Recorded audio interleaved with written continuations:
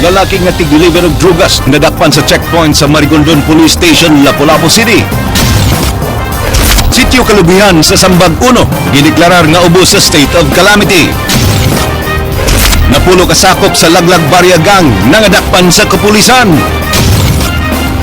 Multikab nga gikarnap sa lungsod sa Minglanilla, nakitaan sa menteryo sa Calamba. Labing kusog nga bagyo sa tuig, musunod sa Philippine Area of Responsibility ug mga adlaw.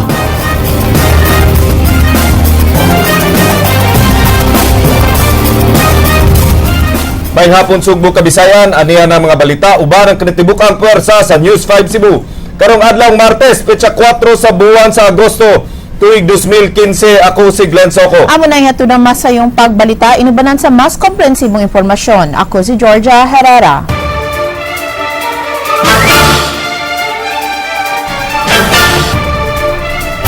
Georgia, gipanid-an karon sa pag-asa ang lihok sa labing kusog nga bagyo sa tuig 2015. Suma sa mga international weather monitoring institutions, aduna na kini gikusgon sa hangin nga 250 kilometers per hour ngadto sa 309 kilometers per hour. Glenn, dili mo landfall sa Pilipinas ang maong bagyo. Apan talambuon niini ang hangin habagat nga maoy hinungdan sa mga kusog nga mga pag-uwan. Andrea Patanya, Suginlimi. Ugmang adlaw gipang lantawan nga musud sa Philippine Area of Responsibility ang bagyong Hana nga dunay international name nga Sudelor nga nahimutang 1,965 kilometers east of northern Luzon as of 10 a.m. Sa mga international prediction centers, ubos na kini sa super typhoon category. Apan base sa pag-asa, ubos pa kini sa typhoon category ug mahimong super typhoon sud sa 24 oras kun moabot sa 245 kilometers per hour ang gikusgon sa hangin suma sa ilang monitoring. Naglihok kini sa gipaspason nga 20 kilometers per hour sa direksyon nga west-northwest. Matud sa pag-asa, di kini mo landfall sa nasud o gamay ra ang posibilidad nga muusab pa ang iyang direksyon. Kapag karon very slim ang iyang chance nga mo landfall to any part of the country. Kay ang mga international model lakip na ang pag-asa. Nagkasinabot na ang iyang general direction towards Taiwan. Apan bisan pa man og di mo landfall, palambuon niini ang hanging habagat inig Huwebes ug Biyernes nga maoy hinungdan sa kusog nga bawd ug moderate to heavy nga pag-uwan. Mi pahimangno na daan ang pag-asa nga posible silang muluwat og gale warning alang ning maong mga adlaw nga moresulta sab sa pagkanselar sa Coast Guard sa mga biyahe sa barko. Yes, padayon tang mag-monitor sa weather, i-update inyong kaugalingon sa update sa pag-asa. Kay expected nato ning bagyo although dili nato expected nga mo landfall to any part of the country, pero mukusog ang atong habagat nga pwedeng makabati sa kondisyon sa kadagatan o posible nga mag-issue ta og gale warning by Thursday and Friday. Karong Sabado sa buntag gikatakdang mo landfall sa Taiwan ang super typhoon ug muhinay dayon ang hangin gikusgon niini. Sabado sa hapon o gabi kini gipanglantawan nga mogawas sa PAR. Gawas si Sudelor, gimonitor sab karon sa pag-asa ang Intertropical Convergence Zone nga maoy hinungdan sa mga pag-uwan-uwan karon. Sa laing bahin, gi-classify nga near normal ang rainfall sa buwan sa Hulyo, diin 151.2 millimeters of rainfall ang natala sa Pag-asa Mactan, duol-duol ra sa 203.7 millimeters average rainfall for July. Andrea Patenia, News 5. Subay sa maong balita, giawhag sa Provincial Disaster Risk Reduction Management Office ang katawhan nga mangandam sa umabot nga kusog nga bagyo. Samtang province-wide earthquake drill, giplanuhan nga ipahigayon. Jinky Rosit, Suginlimi. Bisan og gipaybaw sa pag-asa nga di mo landfall sa bisan asang parte sa nasod ang umaabot nga bagyong Hana, ang ayan gihapong magmatngon ang katawhan sa mga pag-uwan. Matod sa Provincial Disaster Risk Reduction Management Office, gipahimangnuan gihapon nila ang tanang LGUs sa posibleng epekto sa bagyo ug sa mga kalit nga mga pag-uwan. Bisan ang mga local disaster units, gimanduan na nila nga mangandam sa posibleng flash floods ug landslides. Nga if ever dunay mga nakaschedule o super typhoon bisag dili ta igo, pabiling gyud ang atong monitoring sa atong kada lungsod, no.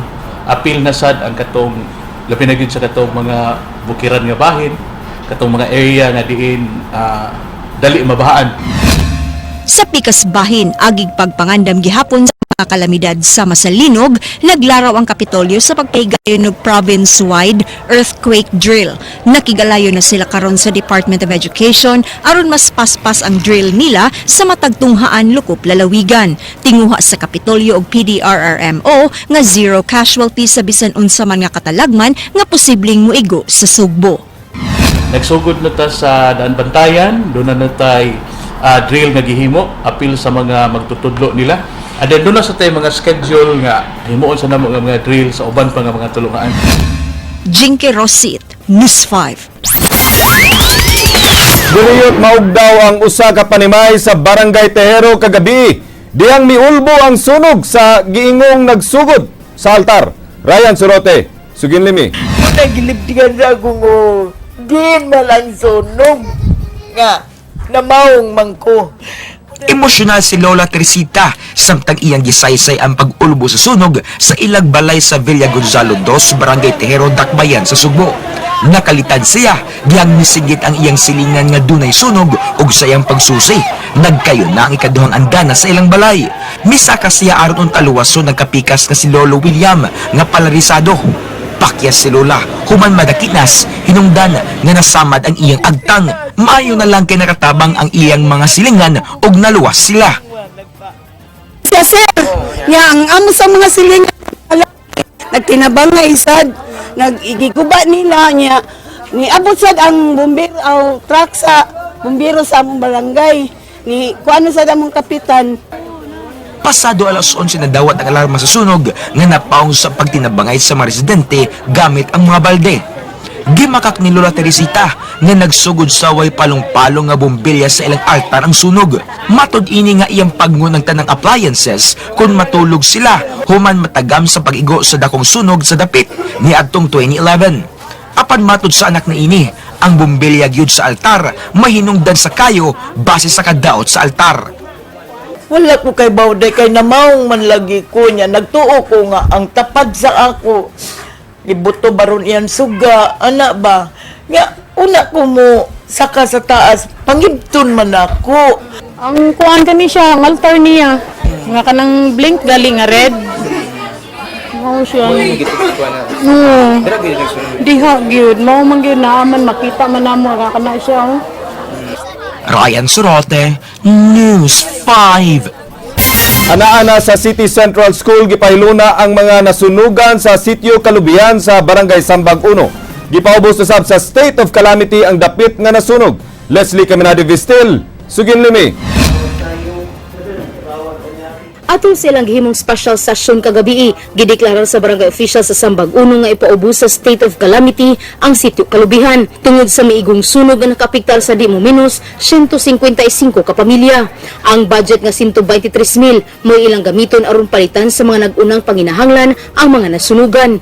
Mato ni Kapitan Lemar Alcover, bisan og gamay ang ilang budget, dako ang ilang pagtuo nga doon na pay mga NGOs ug mga higala nilang mutabang aron masuportaran og pipila ka adlaw ang mga nasunugan silang lugar. Kagabi, gibalhin ang mga biktima sa sunog gikan sa gym paingon sa City Central School aron mapahimutang og tarong samtang nagpaabot nga makabalik silang dapit. Malagi, unfortunately, itong budget ka mayroon po. Sige lang, as I've said, naman yung mga good heart ng mga NGOs, mga persons. Actually, everything will kuan man yapon na. Realize niyo mo na ito, maugmad naman yun na yapon. Ni padayag og kabalaka ang kapitan sa mga nasunugan nga nagpuyo sa privately owned lot kay dunay posibilidad nga di na sila makabalik. Hinuon magkigtagbo si Kap Lemar sa diwop aron sutaw na maong suliran.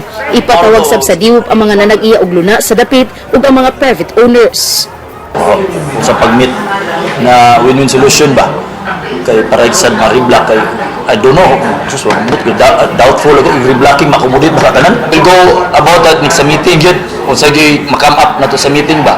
Kung sa ang Cebu City, kung sa ilang kuan ba? Kaya ang barangay itself, mag-gimik ka, kapasidad, kakayahan nga, mag-relocate, asa mag-yun. Leslie Caminado Vistil, News 5.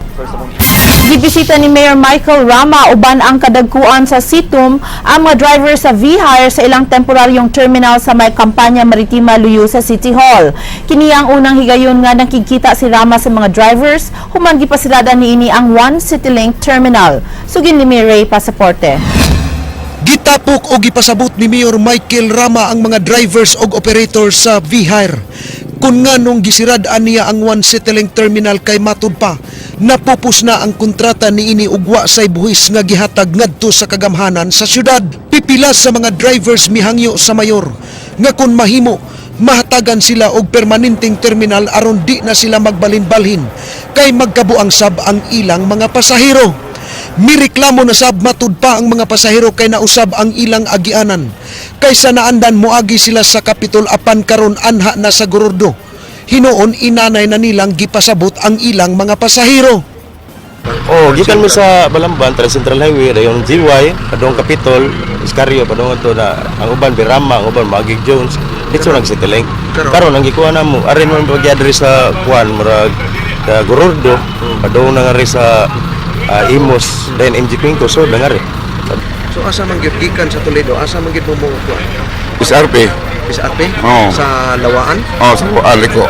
So ang inyong hangyo, aris mambaling lang. Kung may pasahero nga mo manaaw sa Tabunok, pwede ba makaaging Biapardo Liko lang sa Mambaling, padong nga rin SRP? Giangkon sa mga drivers o operators nga mas ganahan sila sa kampanya maritima kay mas duol sa kinapusuran sa dakbayan. Apan lahi ang panahom ni Rama, ugwa siya'y supak sa pag-agi sa may Bacalso. Basta ang terminal wa lang sa syudad. Sa pagkakaroon, nindot itanahon, nga wa pa man Dibuti City. Sa pagkakaroon, nindot itanahon, wa pa man jud mamugna ang mga damgo nga mahimo na siyang waterfront. So therefore, kining lugar it's only a temporary area. Way kasiguruan nga mulanat og dugay ang terminal sa kampanya maritima. Kay paabuton pa sa mayor ang rekomendasyon sa city administrator og sitom. Giklaro ni Rama nga wa niya lisod-lisura ang mga drivers og operators.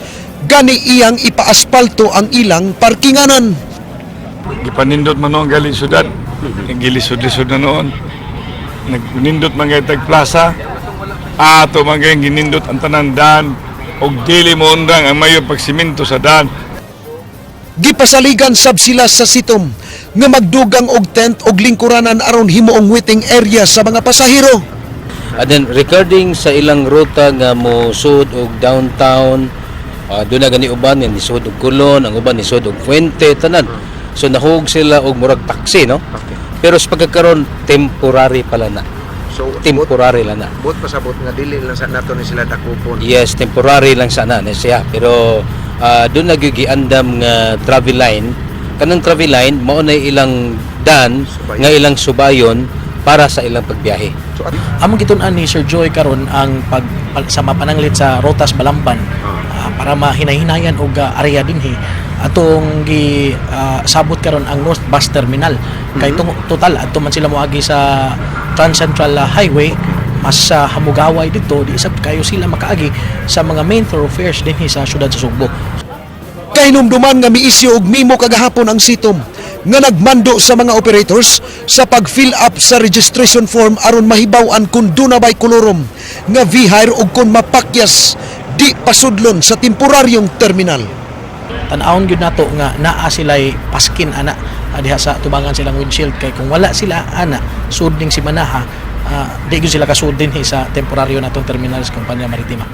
Ray Pasaporte, News 5. Unang naglumba ang 189 ka mga bata alang sa Iron Kids ni atong Sabado, din usa ka Subuanon ang midaog sa 13 to 14 years old male category. Andrea Patanya, Sugin Liming.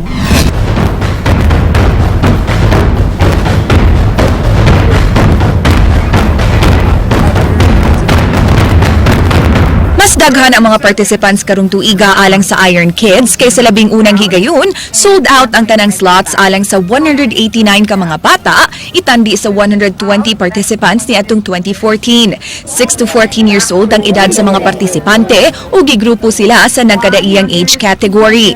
Ug kung excited ang mga bata, mas excited ang ilang mga ginikanan ug paryente nga naghatag pa og last minute instructions ug way hunong sa pagkuha og hulagway. 3, 2, 1. Whoa! Whoa, let her off. Unang milangoy sa swim race ang mga lalaking 13 to 14 years old ug nisunod dayon ang mga dalagita. Yanaskaran Games 25th place civil star. Human sa paglangoy, nanagan sila padung sa transition area alang sa bicycle race, dayon ang dagan.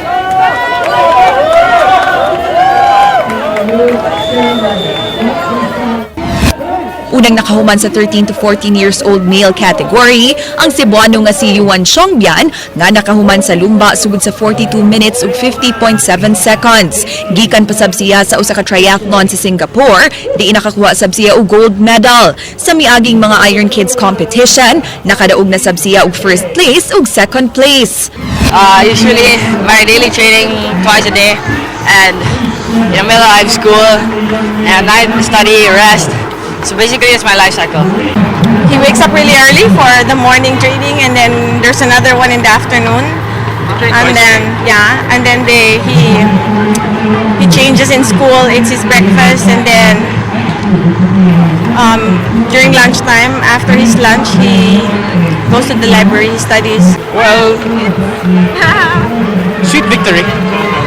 Sa mga babae nga 13 to 14 years old, first ang Grand Slam winner nga si Nicole Ejian Santos nga taga Quezon City, diin iyang nahuman ang lumba sud sa 47 minutes and 2.1 seconds. Alang niya, labing lisod nga bahin sa triathlon ang swimming. Kasi hindi maiiwasan yung mga humahatak, tas mga pumapatong sa katawan ko habang lumalangoy. So nabubugbog talaga.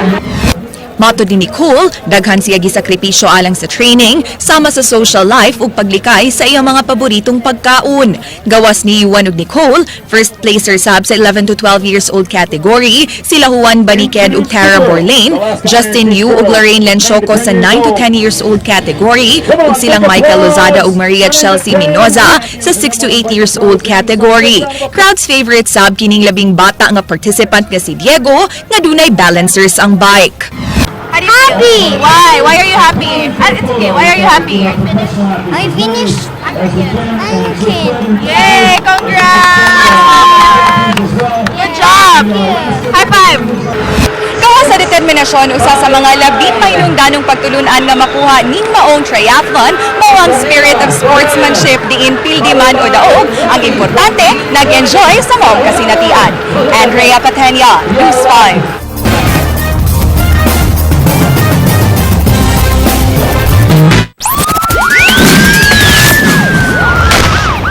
Usa ka multicab nga gikarnap sud sa usa ka subdivision sa lungsod sa Minglanilla. Nakit-an sa sementeryo sa Calamba. Ray Pasaporte, Sugin Limi.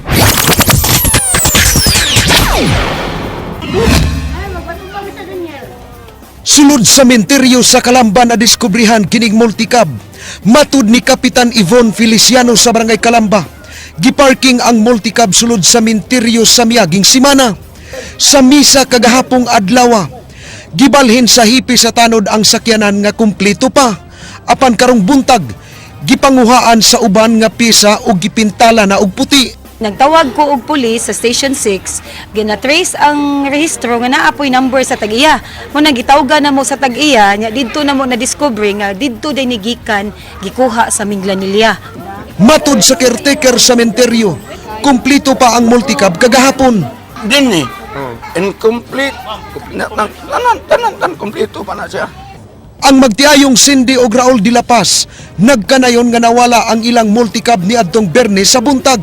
Ila kining giparking gawas sa ilang balay sa Villa Silina Subdivision sa Barangay Pakigni, lungsod sa Minglanilla. Ang storya sa mong silingan, sir, mga 12 midnight or padong na siguro 1 a.m. Friday, kanang niagi ko na namong sakyanan sa ilaha, sa kalsada, kusog kaayong nagpadagan. Nagdahom lang sila pagliklik, kay burag uwan-uwan man to, sir. Nagdahom lang sila nga naay emergency, manong kusog kay padagan. Gipangkuha ang duha ka ligid, pultahan, battery ug bumper human matrace ang driver sa tricycad nga gikargahan sa duha ka pultahan. Na-recover kini kaganihang buntag. Matud sa driver sa tricycad, gisugo siya sa lalaki nga nailhan lang niya sa apelyedong Del Rosario nga taga Alopez. Itong lalaki nga mo nagsulti sa Del Rosario nga kuan. Na sa ato lang sa sulyo mo ator ko. Na si Del Rosario na sa ato na ko. Ato na ko. Pag anan ako sa Rosario, nakakita ko sa kanya nila, bungkag nga daan. Magdili lagi na sir, ang among luda ni. Kaya mo ni among subject pero panuapa. Ray Pasaporte, News 5. Lalaki nga gisugo sa paghatod og shabu na sikop sa checkpoint. Leslie Caminari-Vistil, Sugin Limi. Suwi unta nga mulihay sa gihimong checkpoint sa Marigondon Police Station sa may General Aviation Road sa Barangay Basakdak, Ben sa Lapu-Lapu, si Rembrandt Lumungsod, 23 anyos. Apan nabantayan siya sa kapulisan, mao nga dali kini nababagan. Giyong wa kini mahimutang og sama sa gipanguyawan, mao nga nakahatag kinig pagduda sa kapulisan. Normal ato siyang na-apprehend tungod sa iyang pagdisugat sa checkpoint kay nag-impusar man ta bahin na ning equality pin regarding aning upland si lambat si bat no to nga na-recover ang sa iyang posisyon ang kiniyang coin force din dito sud ang kining 45 ka pakiti nga gidudahan nato nga shabu. Matod sa dinakpan, igo lang kuno siyang gisugo sa paghatod sa nakumpiskang 45 ka gagmayng pakiting nga gituang shabu nga gisulod ining coin purse. Iya sa magiangkon nga kadto pa siya makasuway sa mong kalihukan, hinungdan nga nakulbaan siya. Ha? Sogo naman. Para asa din ta na pa dong? Sogo naman sa tulapod-lapod sa mga So ikaw may mag-distribute? sugat na sa mga higo, no? Leslie Caminari-Vistil, News 5. Gipawanan og bala kagabi og napatay ang batanong lalaki nga gingong badlungon sa ilang dapit. Ryan Sorote, Sugin Limi. Di mo minus 5 ka sa magpinusilan ang nahaguman sa 18 anyos nga si Carmelo Abas, hinungdan nga namatay kini sa may Sipadilla, Barangay Dulo, Fatima, Dakbayan sa Sugbo. 5 ka kabhang og baseyo sa kalibre 45 ang na-recover sa crime scene. Matud sa kasaksi nga gisundan og 3 ka lalaki nga nagmotorsiklo ang biktima og kalit nga gipusil sa makadagang nga higayon. Blanco pa sa motibo sa krimen ang kapulisan og ila pang gisusi ang posible nga kalambigitan niini sa mga illegal nga kalihukan sa dapit. Actually, doon ay nakakita, gisundan daw ko na niya tulo ka motorcycles niya tagang kasay o niya pag-abot ng dapita diri kalitan lang siya og tira. Sa off-cam interview sa ina ni Carmelo, wa kini makibaw kung dunay kontra o atraso ang iyang anak nga posibleng o hinungdan sa krimen. Gimakasang ini ang pagduda na nalagbigit sa illegal na drogas ug napriso na kaniadto ang iyang anak kay di pa lang ni dugay nag-18. Matod sa konsehal sa barangay nga silingan sa biktima, buluyagon kini ug mo'y lider-lider sa mga batanon sa sitio Plastikan. Kaniya naagay mga silingan sa mga reklamo na niya kaya mga batanon mo siya bito nagdadaan ng mga kuwan kanang grupo-grupo diyan nila. Ryan Sorote, News 5. Ana paghapon sa detention cell sa Camp Sotero, Cabahog, kadtong lalaki nga tuyong nagtanom og marijuana sa iyang tugkaran sa may sitio Kugon sa Barangay Labangon. Gidakop niya tung Domingo ang maong lalaki atol sa pagpangronda sa Cebu City Public Safety Company. King Perez, Sugin Limi. Uban nga nasikop ni Celio Cariñosa ang iyang higala nga si Rasanda Yupay. Kinsa mi depensa nga igura siyang mibisita sa balay sa dihang gihimo ang operasyon sa kapulisan. Wa nay problema ang mga pulis sa pagpamatuod sa kalapasan ni Cariñosa. Human giangkon niini nga tuyo niyang gitanom ang marihuana. Suliran nila karon mao ang kadudahang pangisip sa dinakpan. Nasayran nga nahimong depensa ni Cariñosa mao nga subay sa Biblia ang iyang pagtanom sa mga marihuana. Mangutana pa unya ang kapulisan sa prosekusyon sa insaktong pamaagi sa himoong pagisusi sa kahimtang sa pangisip sa dinakpan. Giangkon sa kapulisan nga waslay igong kaalam aron maklasify si Cariñosa nga duna kini problema sa pangisip. Ilang naobserbahan nga nausab ang tunado sa dinakpan sa dihang gipahibaw nga non-bailable ang iyang nahimo nga kalapasan. Kanang police nga gidetail dia sa among detention cell nga magyaw-yaw kuno pero diha na lang na nga gipahibaw siya nga non-bailable ang iyang kaso. Di tao ni di wala din tinungod sir bakka kan sir. Bisag mo bitaw.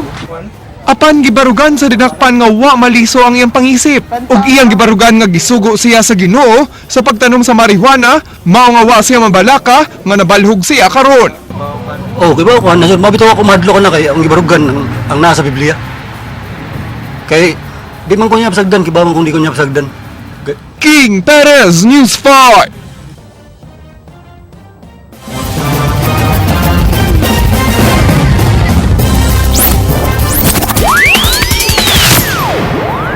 Gawas sa kasong kriminal, posibleng mag-atubang sab og kasong administratiba kadtong maestra sa Minglanilla nga nanghapak sa iyang estudyante gamit ang doorknob. Andrea Patenya, Suginlimi.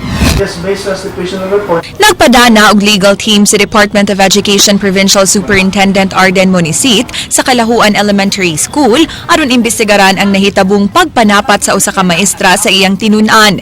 Kay numduman nga nabukol og nasamad ang usa 9 anyos nga tinun-an sa grade 4, human giingong gihapak og karton nga dunay doorknob sa iyang maestra.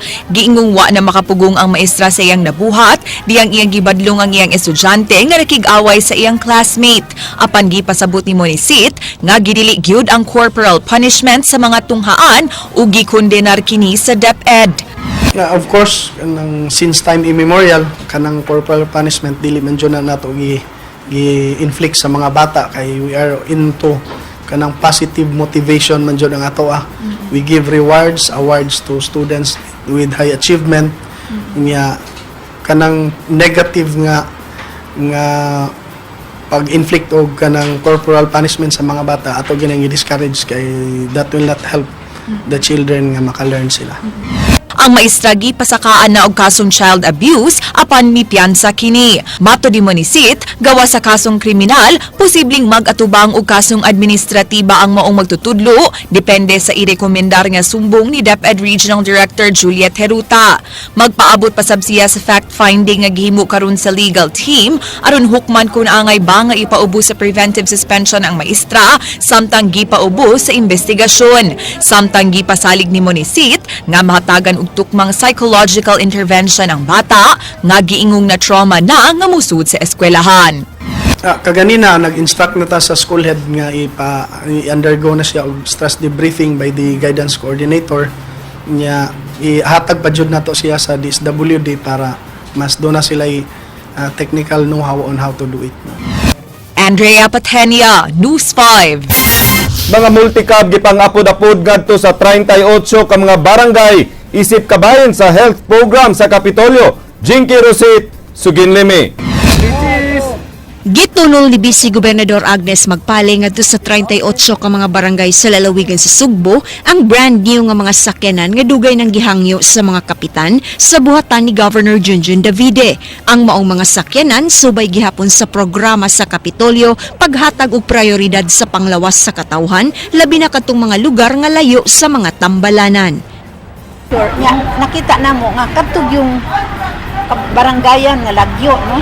Mao nga giuna nato when the budget was made, dako gid ang gihatag para sa health kay tuto ka district hospitals gi-elevate to provincial.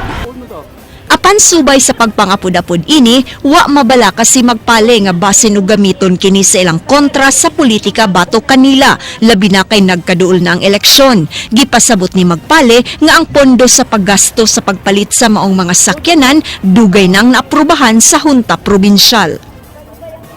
Dili, wa ko na balaka kay dugay na kaiming nag-apura.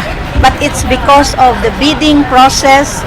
Dugay yung kaayo ka na pangutan-a si June amo na lang na sige ipatawag hain naman ihain kana bitong procedural gyud. So gawas sa mga multicabs, andam na sab ang mga ambulansya alang unya sa mga district o provincial hospital sa lalawigan. Jinky Rosit, News 5. Gituman ni Mandawi City Director Mariano Natuel Jr. ang iyang saad nga dakpon gyud ang mga sakop sa salisigang sa di pa ipahigayon ng Apex Summit. Positively identified sa mga biktima ang mga dinakpan. Live sa telepono gikan sa Dakbayan sa Mandawi si kapatid Leslie Caminadi Vestil. Leslie. Yes, Glenn, gipresentar ang siyam ka sakop sa salisigang sa buhatan sa Mandawi City Police Office human masikop kaganyang buntag pasado las 10 sa Lamak lungsod sa Konsolasyon, tinangluhan ni Chief Inspector Michael Bastes, Senior Inspector Sinaido Sanchez ug kaubanan. Iyong ang leader sa mga grupo nga si Edna Cabio ang gikatahong nag-abang ug panimait sa mga dapit. Pinaagi sa usa ka tip natutulan ang grupo ug hingpit sila nga sikop tanan. Ato sa pagpresentar kanilang tanan positibo kining ila sa mga biktima, ilabi na gyud sa asawa ni Cebu City Consultant Attorney Joey De Luz na si Shalami. Iyang ila ang nitusok kayang sakinan nga si Simplicio Conde. Samtang si Edna Cabio uban kang Rosalie Herodias ang nakita sa CCTV nga miuli sa pouch ni Sheila dito sa usa ka fast food sa Dakbayan sa Lapu-Lapu. Si Edna Cabio mihimakak nga siya ang leader ug matud paigo lang siyang gisugo apan wa na kini meditan hipak ug sikin sa ang nisugutan niya. Gipagsalig ni natuwil nga wa nay mohimo og modus sa masagihimo sa salisigang kuman madakpi ang siyam ka mga responsable niini. Yung dulan sa napulo ka mga biktima ang giigo sa mga grupo. Nalukad na lang din sa Mandawi City Police Office. Leslie Camila de Vestil. Paano ka nakarating dito? Sino napunta sa'yo? Dagang salamat Leslie, live gikan sa Dakbayan sa Mandawi.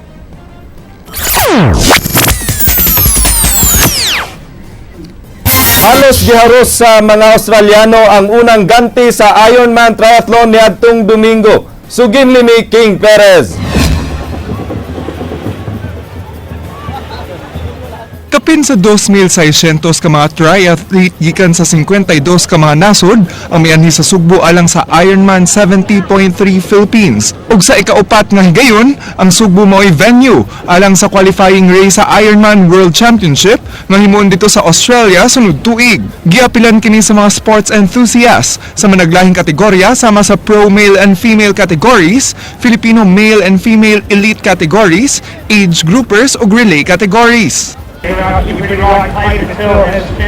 Dunay 1.9 kilometers ang unang hugna nga mao ang swim race diin nagatang sa mga participants sa mga mabulukong baroto. Gisundan kini sa bike race nga moabot sa 90 ka kilometros diin ilang gisubay ang mga kadalanan sa Lapu-Lapu, Mandawi, Cebu ug Talisay. Katapos ang hugna sa triathlon mao ang 21 ka kilometro nga dagan. Ug unang miabot sa finish line ng Australian nga si Tim Reid.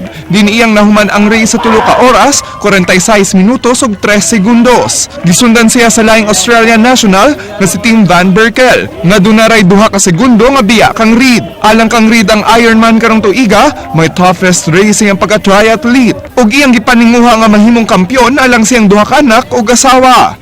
Matud nilang Reid ug Van Berkel, ang kainit sa panahon may usa sa mga challenges sa Ironman dinhi sa Sugbo. It's extremely hard. The heat and the humidity just make it really difficult, but you know the toughest races are always the most memorable.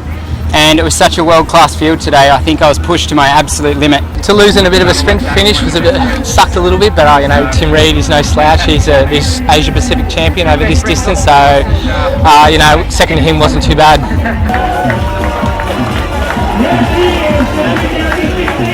Pabilin sab na defending champion ang Swiss national nga si Caroline Steffen sa pro female category nga nahuman og 4 ka oras, 23 minuto ug 54 segundos. Samtang sa Filipino elite male ug female silang August Benedicto kinsa nakahuman og 4 hours 28 minutes ug 36 seconds ug si Monica Torres nga mitapos sa race sud sa 4 hours 39 minutes ug 37 seconds. Wa magdahom si Benedicto nga mukulaps pag-abot sa finish line. Gisaulog sa niyang iyang ika-31 nga birthday.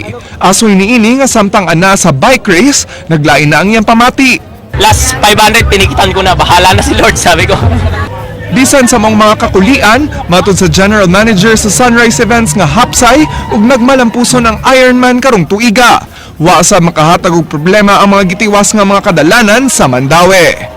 Actually, sa Asia Pacific, ang ma-expect mo talaga, we have triple or quadruple the number of pros that we have right now. So if we have 25 pros, we probably have 80. In terms of age group, we will try to accommodate everybody because it's the first time, maybe the last time, to hold an Asia Pacific. So we will try to increase the number of slots. King Perez, News 5. Kanisang mga Australiano gyud Attorney Georgia giila gini sila nga mga maayo sa sports, no? Kay mahilig man ni sila sa outdoors. Is the great outdoor, in fact, that's what they say. And I think I don't know, Glenn, but you think it would matter also their build. They're built by, it's like they have further reach, you know, longer hands. So maybe it also matters, although Pumatter ginay kay na Scientifically, I think. Sunod na may kanang sports identification program. Sa bata pa sila, studyoan na ang ilang mga extremities, Yes. no, ang ilahang tolerance sa kakapoy. Unya identify na kung sa maing sport para kanila dili buto sa buot nga og taas ka. Di na automatic ka. nga Pero hindi sa ko believe sa Pinoy. Kay mulaban bisan unsang sports, di ba? Oh, so fighter yun yung mga Pinoy kay we belong in any congratulations chance. sa atong mga Filipino nga mga participants, no? And to everyone else. And to of everyone course. else ug ang atong sugbo Yes. sa pag-host sa maong Ironman. Ug mao kadto ang mga balita sa Aksyon Bisaya kini si Glenn Soco. Daghang salamat, ako si Georgia Herrera. Bisan asa, bisan kanusa, kapatid. Kagilang kutob sa balita. Action!